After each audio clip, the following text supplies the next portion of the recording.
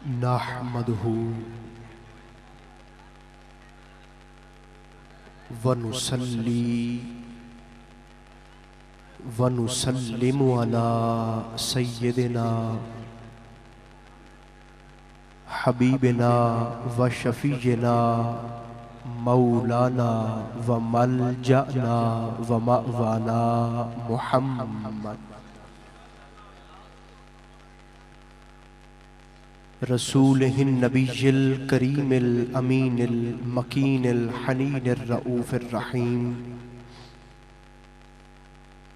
व अला आलिहि त्वय्यिबीन त्वाहिरीन व अला सहबिहिल किरामिल मुत्तकीनल मुंतजमीन अम्मा बाद अऊज़ु बिल्लाहि मिनश शैतानिर रजीम बिस्मिल्लाहिर रहमानिर रहीम या अय्युहन्नासु क़द जाअकुम बुरहानुम मिन रब्बिकुम सदक़ल्लाहु मौलानल अज़ीम। अगर ज़ौक़ इजाज़त देता हो तो हाथों में अदब व एहतराम का दामन थाम कर बारगाह मुस्तफ़ा में बआवाज़ बुलंद हदिया दरूद व सलाम पेश फरमाएं।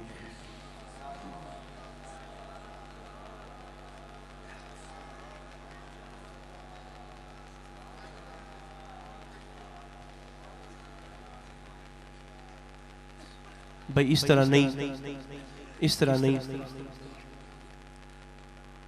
जिस बंदे को जो दुरूद शरीफ याद है ऊंची आवाज से और बाआवाज़ बुलंद पढ़े, ऊंची आवाज से।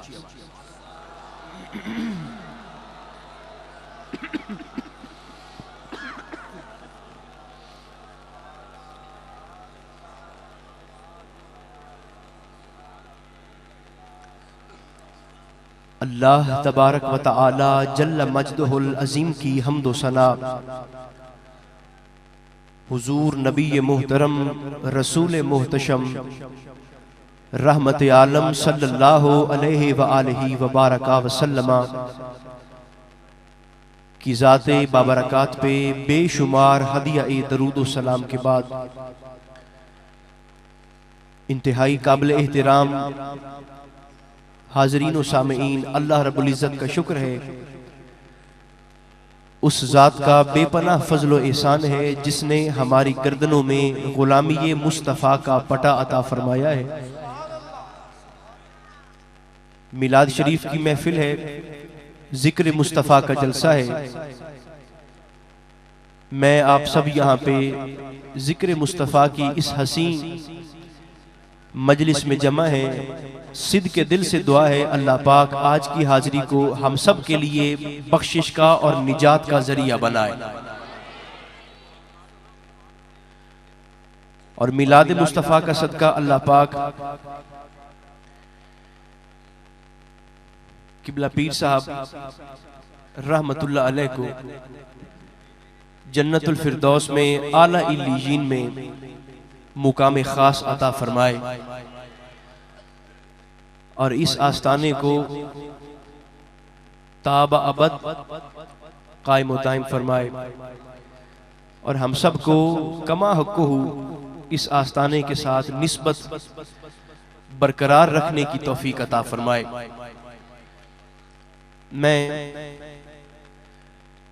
आपकी तवज्जो को देखते हुए बगैर किसी तमहीद के अपनी गुफ्तगू का आगाज कर रहा हूं। अल्लाह पाक ने अपने हबीब से मुखातिब होकर इरशाद फरमाया,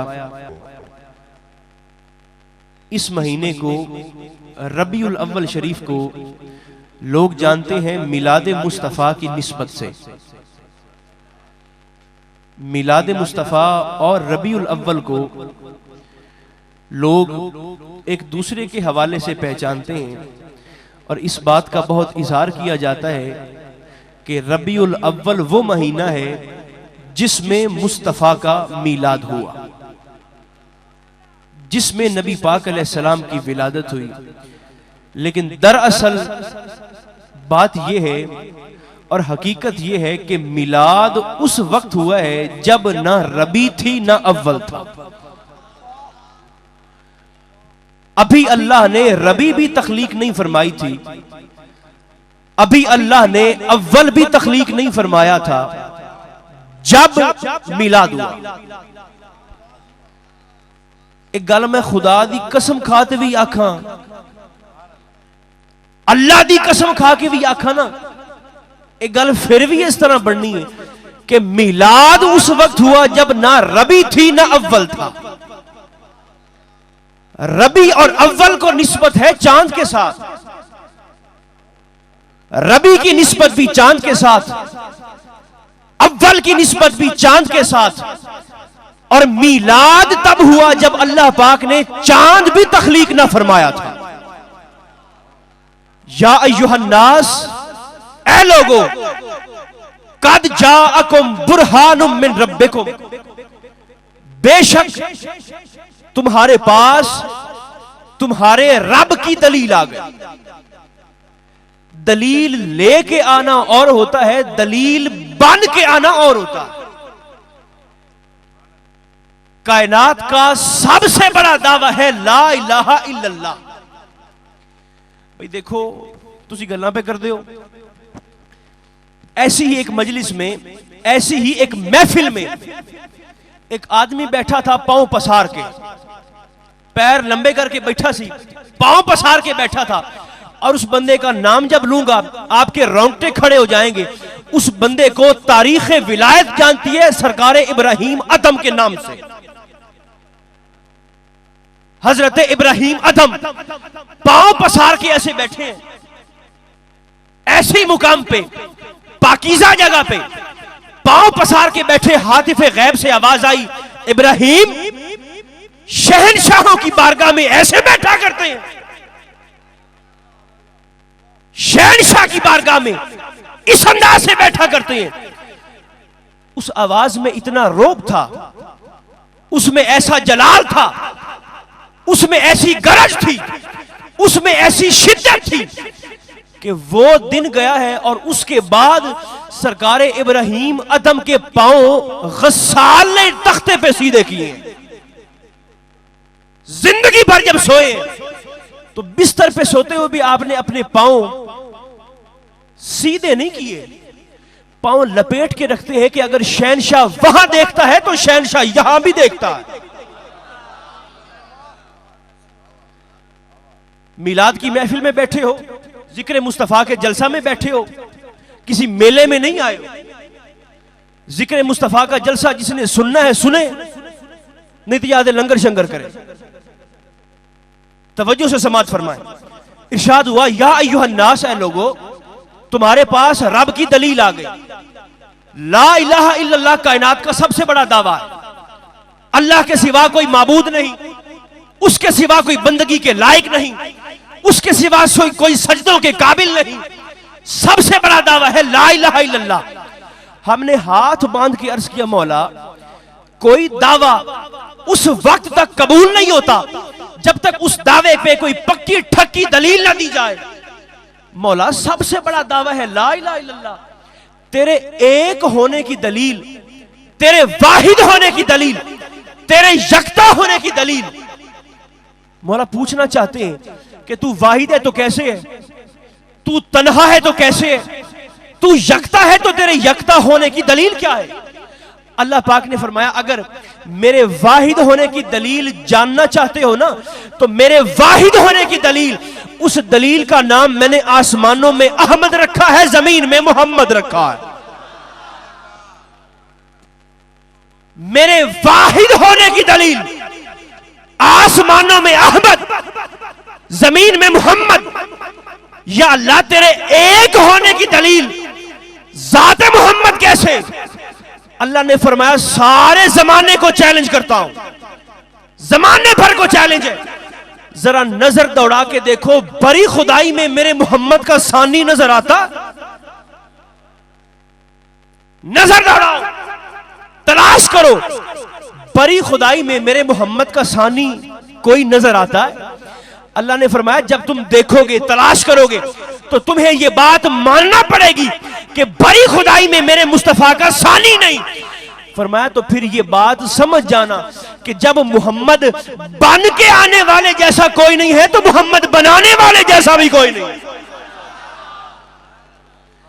जब मोहम्मद बन के बेमिसाल है,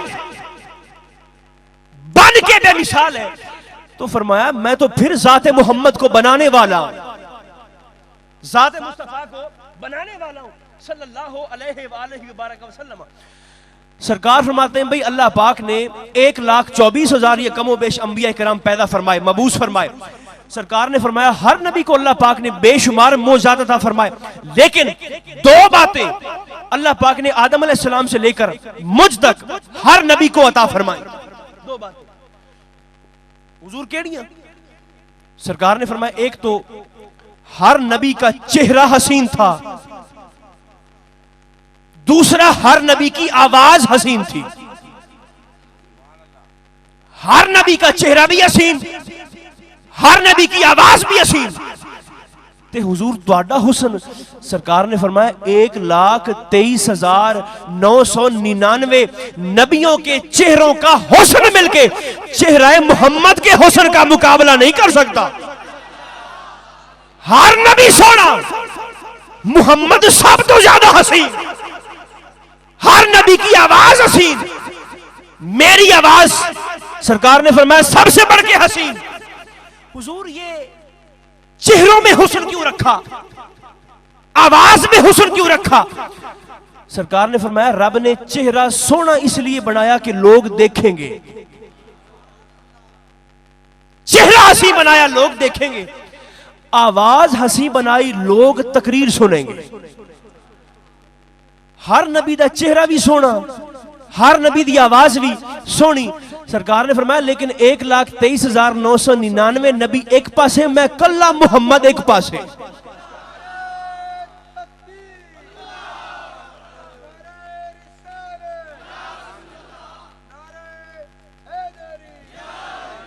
उलमाए कराम ने यह एक मसला लिखा है, मसला समात फरमाए। मसला यह लिखा है कि कोई बंदा उस वक्त तक मोमिन हो ही नहीं सकता जब तक वो अपने नबी के जिस्म को बेमिसाल न माने। उसका ये अकीदा हो कि मेरे नबी के जिस्म जैसा जिस्म रब ने बनाया ही नहीं।